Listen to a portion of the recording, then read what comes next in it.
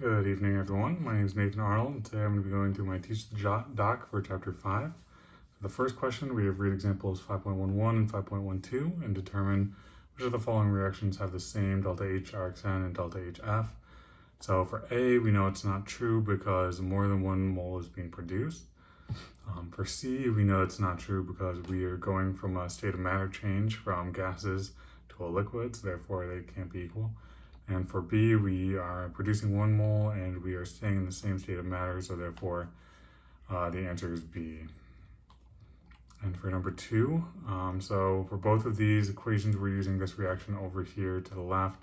The delta H RxN is equal to the summation of the delta HF of the products minus the summation of the delta HF of the reactants. So essentially what we're doing here is going to the appendix G, finding the respective compounds and documenting their values. And then we go through and plug them into the equations and we multiply them by the number of moles of that substance. So you can see we documented the delta HFs up here, and then I went ahead and put the reactants over here to the right and added them together, and then the products to the left and added them together and then subtracted them from each other, which we get a negative number over here, so we add them and we get the negative 531.5 just kilojoules.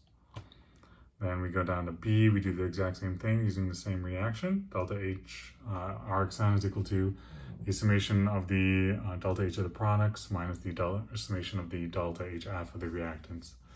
So we find those values, we plug them in, reactants to the right, adding them together, products to the left, adding them together, we get that negative 1170. So down here for these Hess's Law problems, the first one is far more straightforward. So typically, we would take this given formula with a given heat, and we would then solve for each one of the compounds with, we would look at the values we're trying to find, and we then find equations that we have givens for and add all of the different equations together to be able to solve for this equation here. But here we only have one equation that we are given, and we can recognize that all we need to do is multiply 3 times all of the compounds that we're using, so therefore we can just multiply the heat times 3 as well.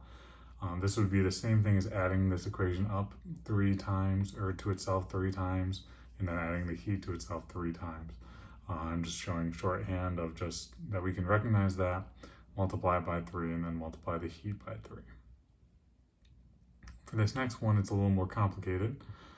We are able to find the NO2 by solving for this second given equation, as well with the H2O with the second given equation. The NH3 is covered by the first given equation, and the H2 will be covered by both equations. So essentially what we'll do is we'll go ahead, and since all of them are covered, if we add both of them together, we add both equations together in this long line here.